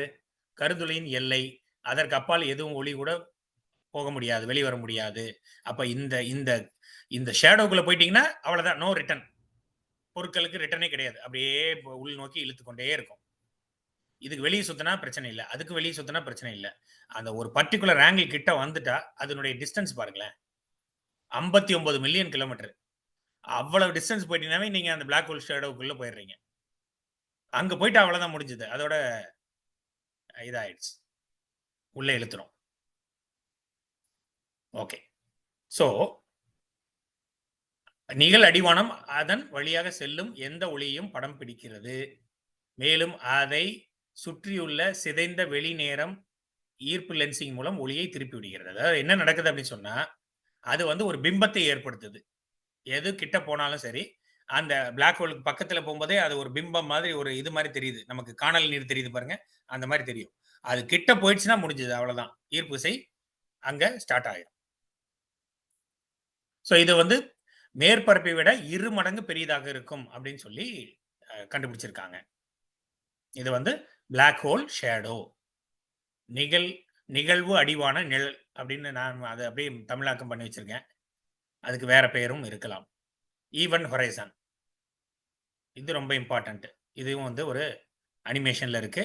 இது பாருங்க, இது வந்து ஒரு மில்கி வே இருக்கு பாத்தீங்களா? நம்ம மில்கியோட பிளாக் ஹோல் இருக்கு இல்லையா, சாஜிட்டேரியஸ் ஏ அப்படிங்கிறது, அதனுடைய ஒரு வடிவத்தினுடைய அனுமான படம். என்ன நடக்குது? கருந்துளை இங்க அந்த கருப்பா இருக்கிற பகுதியில் என்ன நடக்குது நமக்கு தெரியல. ஆனா நமக்கு உணர முடியுது. லைட், ஒளி, பொருள் எல்லாம் பாருங்க, இதுக்குள்ள சுழல உள்ள போகுது பாருங்க. அப்படியே சுத்தி வந்து இங்கிருந்து பாத்தீங்கன்னா வெளியே இருந்து இப்படி வருது, அப்படியே சுத்தி ஒரு ஸ்பைரலா உள்ள போகுது. கருந்துளையிலிருந்து தப்பிக்க தேவையான திசை வேகம் ஒளியின் வேகத்திற்கு சமமான எல்லை. அதாவது ஒளியினுடைய ஸ்பீட்ல போனாவே அங்கிருந்து வெளியே வர முடியாது. அவ்வளவு ஸ்பீட்ல போனா கூட வெளியே வர முடியாது.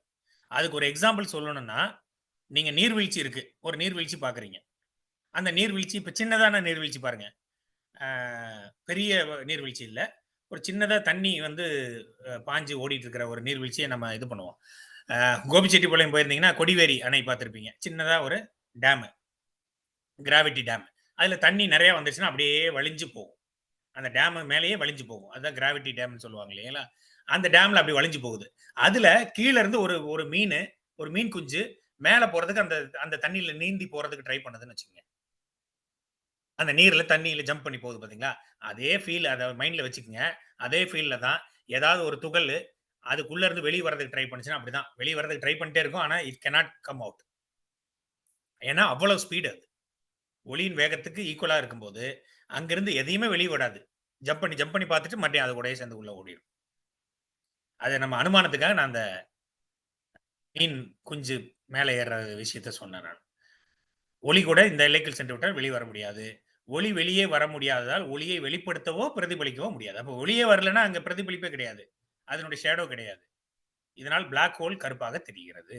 அதனாலதான் பிளாக் ஹோல் கருப்பா தெரியுது. சரிங்களா? அப்ப இந்த ஈவெண்ட் ஹொரைசன்ங்கிறது ரொம்ப இம்பார்ட்டன்டான ஒரு பகுதி. அவை மிகுந்த வேகத்தில் சுழலும்.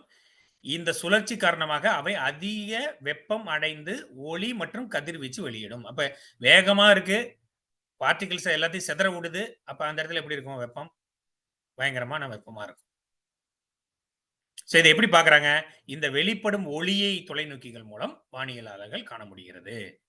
ஏன்னா இப்ப நம்ம வானத்தில் பார்க்கக்கூடிய எல்லா ஆப்ஜெக்ட்டுக்கும் சடனா ஒரு பயங்கர ஹையஸ்ட் லூமினாசிட்டி இருக்கக்கூடிய ஒரு பொருளை பார்த்தாங்கன்னா உடனே அதுக்கு இவங்க என்ன பண்ணுவாங்கன்னா, அதை ஃபோக்கஸ் பண்ணி எல்லாரும் அத பார்த்து, அத படிச்சு, அப்போ அதனுடைய ஆற்றலை என்னன்னு பார்த்து கவனிச்சு தான் அத வந்து ஒரு பிளாக் ஹோலா, இல்ல வேற ஏதாவது நியூட்ரான் ஸ்டாரா, இல்ல சூப்பர் நோவாவான்னு பிரிக்க எப்படி முடியுதுன்னா, அந்த தொலைநோக்கியினுடைய அதனுடைய லூமினாசிட்டி வச்சு தான் பார்க்க முடியுது. அதாவது ஒளியினுடைய ஒளிர்வு திறனை வச்சு தான் பார்க்க முடியுது. சிங்குலாரிட்டி ரொம்ப ரொம்ப இம்பார்ட்டன்டான பாயிண்ட். அதுக்கு ஒரு அனிமேஷன் கொடுத்துருக்கேன். இப்போ இந்த ஹொரைசான்ங்கிறது தெரிஞ்சுங்க. இந்த சிவப்பு கலர் கோடு அது நம்ம ஈவெண்ட் ஹொரைசான் வச்சுக்கிட்டீங்கன்னா, சிங்குலாரிட்டி நோக்கி எப்படி போகுது பாருங்க. எல்லா பக்கத்துல இருந்தும் இழுக்கும். அது இழுத்து உள்ள வந்தோடனே சுழல ஆரம்பிச்சிரும். சுழல ஆரம்பிச்சு ஸ்பைரலா உள்ள போகும். அப்ப இதே டெக்னாலஜிய நம்ம சூழ்தழுத்து மாற்றலுக்கு கூட நீங்க இமேஜின் பண்ணிக்கலாம். எல்லா பக்கமும் ஈக்குவலா சூழ்ந்தழுத்துது இல்லைங்களா? அதுக்கு கூட இந்த பிக்சரை வந்து நீங்க அனுமானிச்சுக்கலாம். சிங்குலாரிட்டி என்பது பிளாக் ஹோலின் மையத்தில் இருக்கும் ஒரு புள்ளி. அனைத்து பொருட்களும் திரளும் ஒரு புள்ளியில் செறிந்து இருக்கிறது. அதாவது அந்த மாச எல்லாமே எவ்வளவு மாசம் எடுத்தாலும் ஒரு இடத்துலயே அழுத்திரும். இப்போ நம்ம ஒரு செங்கல் எடுத்துக்கிறோம். செங்கல் அளவுக்கே ஒரு இரும்பு பிளாக் எடுத்துக்கிறோம். ரெண்டுக்கும் உங்களுக்கு டிஃபரன்ஸ் தெரியுது இல்லையா? செங்கலை நான் ஒரு கையால தூக்க முடியும். அதே செங்கல் அளவுக்கு ஒரு இரும்பு பிளாக்கையோ இல்ல இன்னும் டைட்டானியம் வேற இன்னும் திக்கான ஒரு பொருளுடைய இது எடுத்தோம்னா, டென்சிட்டி அதிகமான எடுத்தோம்னா நம்மளால கையில தூக்க முடியாது. இல்ல தூக்கி ரொம்ப நேரம் வச்சிருக்க முடியாது இல்லைங்களா? அதே மாதிரி தான் திணிவு. மாச வந்து உள்ள வாங்கி வாங்கி வாங்கி ஒரே புள்ளியில எல்லாத்தையும் அடைக்குது அது. அப்ப திரளக்கூடிய ஒரு திரட்சியாக இருக்கிறது. இருப்பிடம் சுழியமாக இருக்கிறது. இது ரொம்ப இம்பார்ட்டன்ட். அது என்ன சொல்றோம்? சூனியம். நம்ம சொல்றோம் இல்லைங்களா? ஆன்மீகத்துல சொல்ற மாதிரி சூனியம். அங்க வால்யூமே கிடையாது. சூனியமாக தான் இருக்கிறது. அதைத்தான் சிங்குலாரிட்டி என்று அழைக்கிறார்கள். ஆனால் அதன் அடர்த்தி மற்றும் ஈர்ப்பு விசை முடிவில்லாத அளவுக்கு அதிகமாக இருக்கும். அதனால தான் நான் முதல்ல ஸ்டார்டிங்ல உங்களுக்கு சொன்னேன், இது ஒரு கிழிச்சலோ ஓட்டையோ கிடையாது. அது ஒரு ஸ்பேஸ். அந்த ஸ்பேஸ்ல வந்து அவ்வளவு திணிவான ஒரு ஈர்ப்பு விசை இருக்கிறனால தான் எல்லாம் அங்க போகுது. அங்க ஹோல்ஸ் இருக்கிறனால அங்க போய் விழுகல. அது திணிவா இருக்கிறனால எல்லா பக்கத்துல இருந்தோம் 360 டிகிரிஸ்ல இருந்தோம் பொருட்களை உள்ளே இழுத்துக்கொள்ளும். இது பிளாக் ஹோலுக்கு விழும் எந்த பொருளுக்கும் இறுதி நிலை, ஃபைனல் டெஸ்டினேஷன். இங்கு குவாண்டம் விளைவுகள் முக்கியமாக செயல்படலாம்னு சொல்றாங்க. என்னது? ஒரு குவார்க்ஸ் வர்றது, குவார்க் பார்ட்டிகல் ரெண்டா பிரியறது, அங்க இறை துகள்களாக வெடிச்சு சிதறது. இது இந்த குவாண்டம் லெவல்ல நடக்கக்கூடிய விஷயங்கள் இங்க அதிகமாக நடக்கிறத அப்சர்வ் பண்றாங்க. நிறைய பண்ணிட்டு இருக்காங்க. ஓகே. அடுத்தது ஸ்பிகாட்டிஃபிகேஷன். ஸ்பிகாட்டி அப்படின்னு சொன்னா நம்ம நூடுல்ஸ்ன்னு சொல்றோம். பெரிய நூடுல்ஸ்ன்னு சொல்றோம் இல்லைங்களா? அது மாதிரி இருக்கிறது தான் ஸ்பிகாட்டின்னு சொல்லுவாங்க. Italian food. நூடுல்ஸ் செய்யற மாதிரியே கொஞ்சம் பெருசா திக்கா இருக்கும். இந்த ஸ்பிகாட்டிஃபிகேஷன் அப்படிங்கிறத ஒரு இமேஜினேஷன் அவங்க பண்ணி கொடுத்துருக்காங்க. என்ன ஆகும் அப்படின்னா, ஒரு பொருள் போச்சுன்னா எப்படி போகும்? இது போல சைட்ல இருந்து அழுத்தப்பட்டு அப்படியே கிராம்பிங் மாதிரி கொடுக்கும். ஒரு கருந்துளை மிக அருகில் ஒரு பொருள் வரும்போது, எதுவா இருந்தாலும் சரி, எந்த பொருளா இருந்தாலும் சரி, ஈவன் ஒரு ஒளியாக இருந்தாலும், அதுவும் துகள் தானே, ஒளியாக இருந்தாலும் என்ன நடக்குது? அருகில் வரும்போது எந்த ஒரு பொருளும் ஈவன் ஹொரைசான் பகுதியை தாண்டும் போது கிடைமட்டமாக அழுத்தப்பட்டு செங்குத்தாக நீட்டப்பட்டு நூடுல்ஸ் போன்று நசுக்கப்பட்டு உள்ளிழுக்கப்படும். அததான் ஸ்பிகாட்டிஃபிகேஷன் அப்படின்னே சொல்லியிருக்காங்க. இந்த டேர்மை வந்து அபிஷியலாவே அனௌன்ஸ் பண்ணியிருக்காங்க.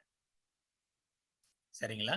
அப்ப இது நடக்குது. இது வந்து எந்த ஒரு பொருள் போனாலும் எப்படி ஆகுங்கிறதுக்கு ஒரு இமேஜினேஷன் உங்களுக்கு பார்த்தா கொஞ்சம் தெரியும்னு நினைக்கிறேன். ஓகே. இப்ப அடுத்தது நம்ம ஸ்பின். இப்ப இது சுத்துது இல்லையா? இப்ப இது வரைக்கும் நம்ம ஒண்ணுன்னா அதை நிறுத்தி வச்சு பார்த்துட்டோம். இப்ப அது சுத்திட்டு இருக்க. அது என்ன நடக்குது? ஒரு பிளாக் ஹோல் அதனுடைய சுழற்சியினுடைய வேகத்துல அது சுத்திட்டு இருக்கும்போது என்ன நடக்குதுன்னு பாருங்க.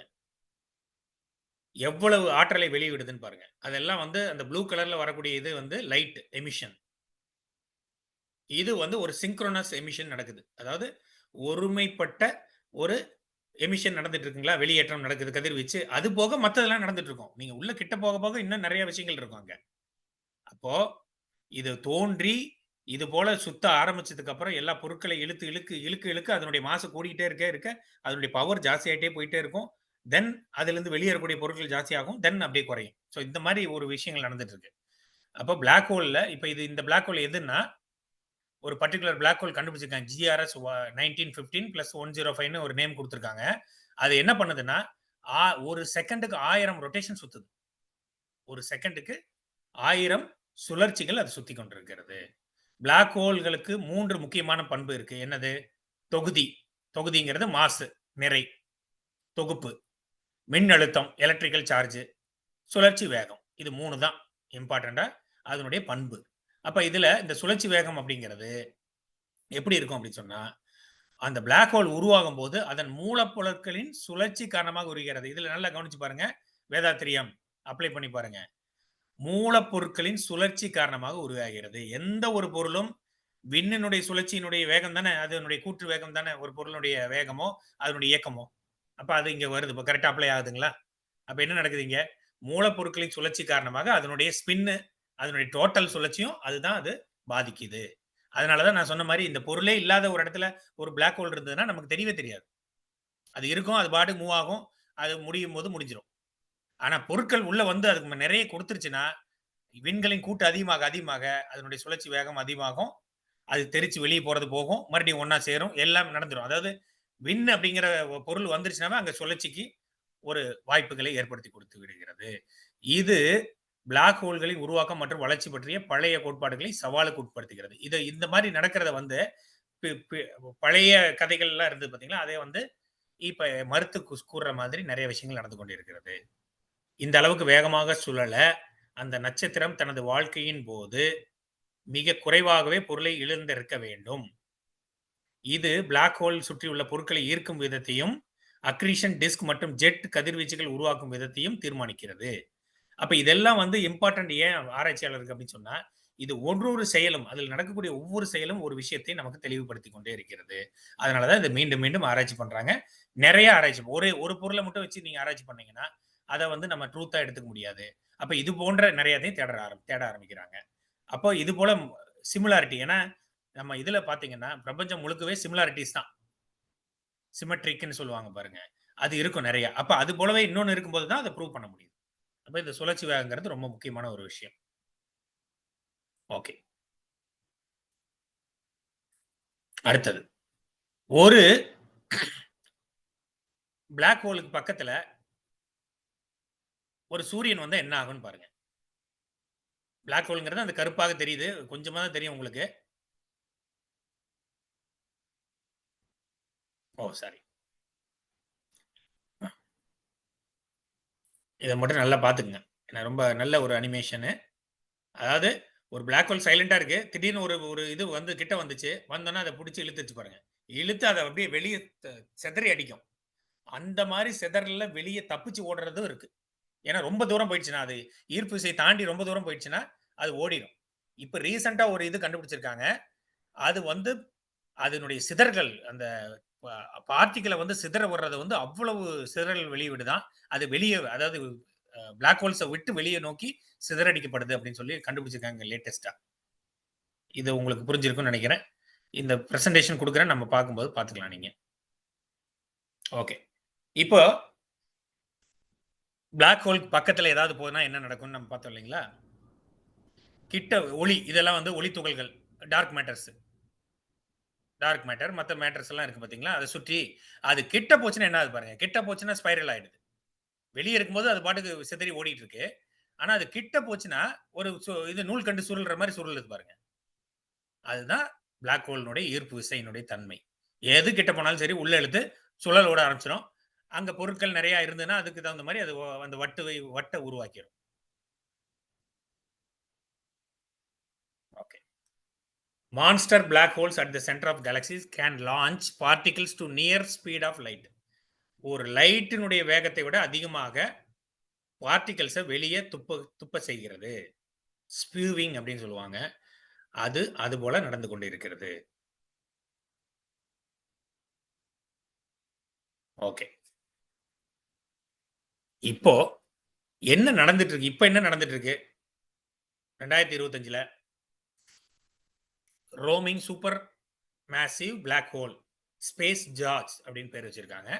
அது வந்து ஒரு 600 மில்லியன் லைட் இயர்ஸ் அவே இருக்கக்கூடிய பிளாக் ஹோலை ஆராய்ச்சி பண்றதுக்காக அதை வந்து கொடுத்துருக்காங்க. அது அது ஆராய்ச்சி பண்ணிட்டு இருக்காங்க. குவாசி பீரியாடிக் எரப்ஷன் இன் கேலக்ஸி ஆன்ஸ்கி அப்படின்னு சொல்றாங்க.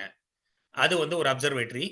அங்க என்ன நடக்குதுன்னா, இந்த repeating X ray outburst from a galaxy nicknamed Ansky. ஆன்ஸ்கின்னு ஒரு கேலக்ஸி இருக்கு, ஒரு பால்வெளி, நம்ம பால்வெளி மண்டலம் மாதிரி ஒரு பால்வெளி மண்டலம்.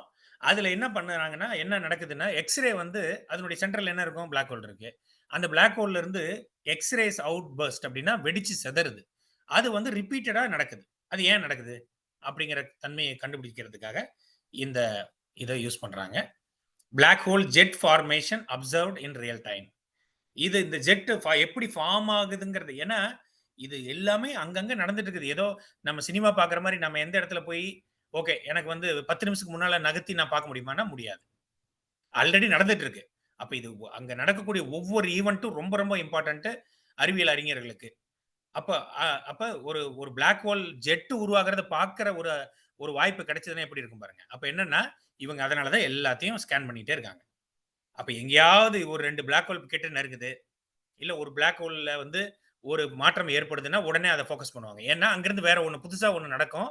அந்த நடக்கும்போது பல விஷயங்கள் எப்படி தோன்றதுன்னு கண்டுபிடிச்சுக்கலாம். அது மாதிரி தான் இந்த பிளாக் ஹோல்ல ஜெட் உருவாகிறதுக்கு எப்படி ஃபார்ம் ஆகுது, ஜெட்டுக்கு முன்னால நடக்கும் பார்த்தீங்களா, அது மாதிரி இருக்கக்கூடிய ஒரு பிளாக் ஹோல கண்டுபிடிச்சிருக்காங்க.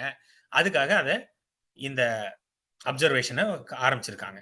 அப்போ அது அந்த பார்ட்டிகளை வெளியே விடுறதுக்கு முன்னால என்ன நடக்குது அப்படிங்கறத நம்மளால அதை கண்டுபிடிக்க முடியுங்கிறதுக்காக. Gravitational wave modelling breakthrough, இது வந்து ஒரு எப்படி இருக்கு, அதாவது இது ஒரு நியூ ஸ்டடி. அதுக்கு பேர் வந்து 5th போஸ்ட் மின்கோவ்ஸ்கின் அப்படின்னு சொல்லி ஒரு மின்கோவ்ஸ்கியன் அப்படின்னு ஒரு இருக்கு மாடலிங் அவங்க வந்து கண்டுபிடிச்சிருக்காங்க. நான் அது இன்னும் டீப்பா போய் படிக்கல. அப்ப அதுல என்ன பண்றாங்கன்னா, இந்த நியூட்ரான் ஸ்டார்னுடைய கொலிஷன், ஒரு 2 நியூட்ரான் ஸ்டார் இல்ல பிளாக் ஹோலும் நியூட்ரான் ஸ்டாரும் 2 மோதுற மாதிரி ஏதாவது ஒரு ஆப்ஜெக்ட் இருக்குன்னா அதை எடுத்து அங்கிருந்து கிராவிடேஷனல் வேவ்ஸ் எப்படி வருது, அந்த இடத்துல எப்படி அந்த ஃபேப்ரிக்கையே அது உலுக்கி விடுது. ஒரு போர்வை இருக்கு, போர்வையை 2 பக்கம் வச்சு நம்ம இப்படி உதறி விட்டோம்னா இப்படி உதறும். அந்த மாதிரி ஒரு உதறல் ஏற்படுது. அப்ப அதை எப்படி கண்டுபிடிக்கிறது அப்படின்னு சொல்லி அதுக்கு ஒரு அப்சர்வேஷன் பண்ணிட்டு இருக்காங்க. இது வந்து கிராவிடேஷனல் வேவ்ஸ் பத்தி இன்னும் நிறைய நமக்கு விஷயங்கள் தெரியறதுக்காக. பிளாக் ஹோல்ஸ் வித்தவுட் சிங்குலாரிட்டிஸ், இது பாருங்களேன். நம்ம எப்பவுமே நம்ம ஒரு கான்செப்ட் என்ன அப்படின்னு சொன்னா, பிளாக் ஹோல்னா அதுக்கு நடுவுல தானே போகுது, சென்டர் பாயிண்ட் இருக்கு, மாஸ் எல்லாமே சேருது, அங்க ஒரு சிங்குலாரிட்டி இருக்குன்னு சொல்றோம். தியரிட்டிக்கலா ஒரு சில மாடல்ஸ்ல சிங்குலாரிட்டி இல்லாம பிளாக் ஹோல்ஸ் இருக்கலாம்னு சொல்றாங்க.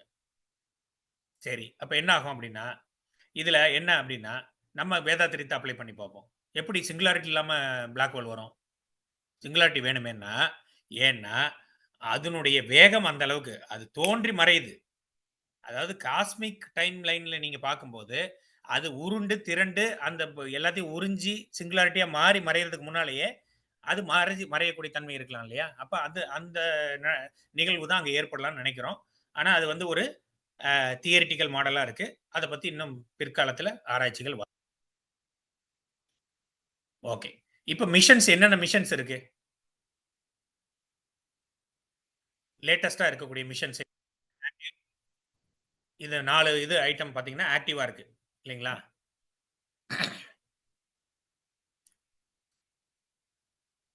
அப்போ இந்த 4 இதுல கவனிக்க வேண்டியது என்னன்னா, ஜேம்ஸ் வெப், அதாவது JWST, அது வந்து எல்லாருக்குமே தெரியும். இது என்னென்ன ஆராய்ச்சி நான் இதுல விளக்கமா கொடுத்துருக்கேன். நான் மறுபடியும் இந்த டாக்குமெண்ட்டையும் உங்களுக்கு கொடுக்குறேன். நேரம் கருதி நான் ஹைலைட் மட்டும் பண்ணிடுறேன். ஆனா இதெல்லாம் ரொம்ப இம்பார்ட்டன்டான மிஷன்ஸ். ஏன்னா இவை எல்லாமே வேதாத்திரியத்திற்கு இன்டைரக்டாக ஹெல்ப் பண்ணக்கூடிய விஷயங்கள். அதனால தான் நமக்கு இது ஆர்வமா நம்ம படிக்கிறோம். எப்படி ஹெல்ப் பண்ணோம்? நம்ம டார்க் மேட்டர் பத்தி தெரிஞ்சுக்குவோம். டார்க் எனர்ஜினா என்னன்னு தெரிஞ்சுக்க போறாங்க. இன்னும் ஒவ்வொரு பார்ட்டிகல் பிசிக்ஸ்ல இருக்கக்கூடியது என்னன்னு தெரிஞ்சுக்குவாங்க. சன் எப்படி உருவாகுது, அதுல அலைகள் எப்படி வருது, எல்லாமே தெரிஞ்சுக்கக்கூடிய தன்மை. நான் இங்க லிஸ்ட் போட்டிருக்கிறது எல்லாமே பிளாக் ஹோல் ரிலவெண்டா இருக்கக்கூடிய ஆராய்ச்சிகள். வேற நிறைய நடந்துட்டு இருக்கு. பிளாக் ஹோல்ஸ் மட்டும் பத்தி ஆராய்ச்சிகள் இது நடக்குது. அப்ப ஜேம்ஸ் வெப் டெலஸ்கோப் வந்து பாத்தீங்கன்னா பிளாக் ஹோல்ஸ் இன்வெஸ்டிகேட் பண்ணுது. ஏர்லி யூனிவர்ஸினுடைய இது எப்படி இருக்கும், பிளாக் ஹோல்ஸ் எப்படி இருக்கும்னு ஸ்டடி பண்றதுக்கு இருக்கு. அதுக்கப்புறம் இந்த நியூட்ரான் ஸ்டார் இன்டீரியர் காம்போசிஷன் எக்ஸ்ப்ளோரர்னு ஒன்று நடந்துட்டு இருக்கு. அதுவும் ஆல்ரெடி ஆக்டிவ். இந்த ஆக்டிவ்னு போட்டிருந்தேன்னா ஆல்ரெடி அங்க இருக்கு, நடந்துட்டு இருக்கு, வேலை நடந்துட்டு இருக்கு. எக்ஸ்ரேவை வந்து ஆராய்ச்சி பண்றாங்க. இமேஜிங் எக்ஸ்ரே போலரிமெட்ரி எக்ஸ்ப்ளோரர், அதுவும் வந்து அதுதான் இந்த பிளேசர் நான் ஒன்று காட்டினேன் பார்த்தீங்களா, பிளேசர் பிஎல் லேசர் டே, அந்த பிளாக் ஹோலை கண்டுபிடிச்சிருக்காங்க. Revealing now particles are accelerated near black holes. அதுக்கப்புறம் இந்த நோயர் லேப் டிஸ்கவரிஸ், அதுவும் வந்து 300க்கு மேலே thousands of new black holes, 300க்கு மேலே இன்டர்மீடியட் மாஸ் பிளாக் ஹோல்ஸை வந்து அந்த டெசிங்கிற அந்த இன்ஸ்ட்ருமெண்ட்டை வச்சு ஆராய்ச்சி பண்ணி கண்டுபிடிச்சிட்டு இருக்காங்க. அதுவும் ஆக்டிவாக இருக்கு. ஐன்ஸ்டீன் ப்ராப்னு சொல்லி 2026 அனுப்புறாங்க. அதுவும் எக்ஸ்ரே அப்சர்வேட்டரி அதை கொடுக்க அனுப்புறாங்க. அதுக்கப்புறம் பிளாக் ஹோல் எக்ஸ்ப்ளோரர்னு ஒன்று இருக்கு, அது 2031 அனுப்புறாங்க. ஈவென்ட் ஹொரைசன் டெலஸ்கோப்பை கொண்டு போய் மேலே ஸ்பேஸில் வைக்க போகிறாங்க. ஸோ அது அப்போ என்ன அட்வான்டேஜ்னா, இங்கே பூமியில் இருக்கக்கூடிய தடைகள்லாம் இல்லாமல், அட்மாஸ்பியர் ப்ராப்ளம்லாம் இல்லாமல் தெளிவான இன்னும் விளக்கமான படங்களும் இதுவும் கிடைக்கும், அப்சர்வேஷன்ஸும் கிடைக்கும். அப்படிங்கிறதுனால இந்த லிங்க்ஸ் எக்ஸ்ரே அப்சர்வேட்டரி இருக்குது. லீசா ஒன்று இருக்குது, அது வந்து mergers of super massive black ஹோல்ஸை வந்து ஆராய்ச்சி பண்ணுறதுக்காக. ஈசா வாயேஜ்னு ஒன்று இருக்குது, அது வந்து 2035 2050 வரைக்கும் அது வந்து கேலக்டிக் எக்கோசிஸ்டத்தை ஆராய்ச்சி பண்ணுறதுக்கும், ஏர்லி யூனிவர்ஸை பற்றி ஆராய்ச்சி பண்ணுறதுக்கும், இந்த எக்ஸ்ரே காமாரே இதை பற்றி ஸ்டடி பண்ணுறதுக்கும் அதை அனுப்புகிறாங்க. ஸோ இவையெல்லாம் வந்து இனி பிற்காலத்தில் வரக்கூடிய மிஷன்ஸு, நடந்து கொண்டிருக்கக்கூடிய மிஷன்ஸு, இவை எல்லாமே அறிவியல் பூர்வமாக நமக்கு இன்னும் பெட்டரான அண்டர்ஸ்டாண்டிங்கை கொடுக்கும். நம்ம அண்டர்ஸ்டாண்டிங் தெளிவு பெற பெற பெற பெற இன்னும் நமக்கு விளக்கம் அதிகமாக கிடைக்க வேதாத்திரியத்தை இன்னும் சிறப்பாக எல்லா மக்களுக்கும், இளைஞர்களுக்கும், அறிவியலாளர்களுக்கும், குழந்தைகள் கூட அழகாக வந்து நம்ம கொண்டு போய் சேர்த்தக்கூடிய தன்மையும் அதுக்குண்டான வழிமுறைகளும் அறிவியல் பூர்வமாக கிடைக்கும் என்பதை சொல்லி இத்துடன் என்னுடைய உரையை முடித்துக் கொள்கிறேன். வாழ்க வையகம், வாழ்க வையகம், வாழ்க வளமுடன். எல்லாருக்கும் நன்றி. வாழ்க வளமுடன். ஐயா வாழ்க வளமுடன். மிக மிக நன்றி. அற்புதங்க ஐயா. டைம் ஆனதுனால நான் டிரைவிங்ல இருக்கிறேன், அதனால இன்னைக்கு மட்டும் நாளைக்கு இதை வச்சு நம்ம வச்சுக்கலாங்க ஐயா. வாழ்க. நான் கேக்குதுங்களா? ஏன்னா இது பிளாக் ஹோல் கதையை இன்றோடு முடித்துக் கொள்ளலாம் என்று அதை எல்லாத்தையும் கவர் பண்ணிட்டேன்.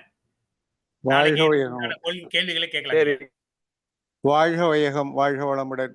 அற்புதமான இந்த ஒரு அறிவியல் ஆன்மீக விளக்கத்தை நமக்கு கொடுத்த தியாகராஜனை அவர்களுக்கு நன்றி. அனைவரின் சார்பிலே நன்றி நன்றி நன்றி.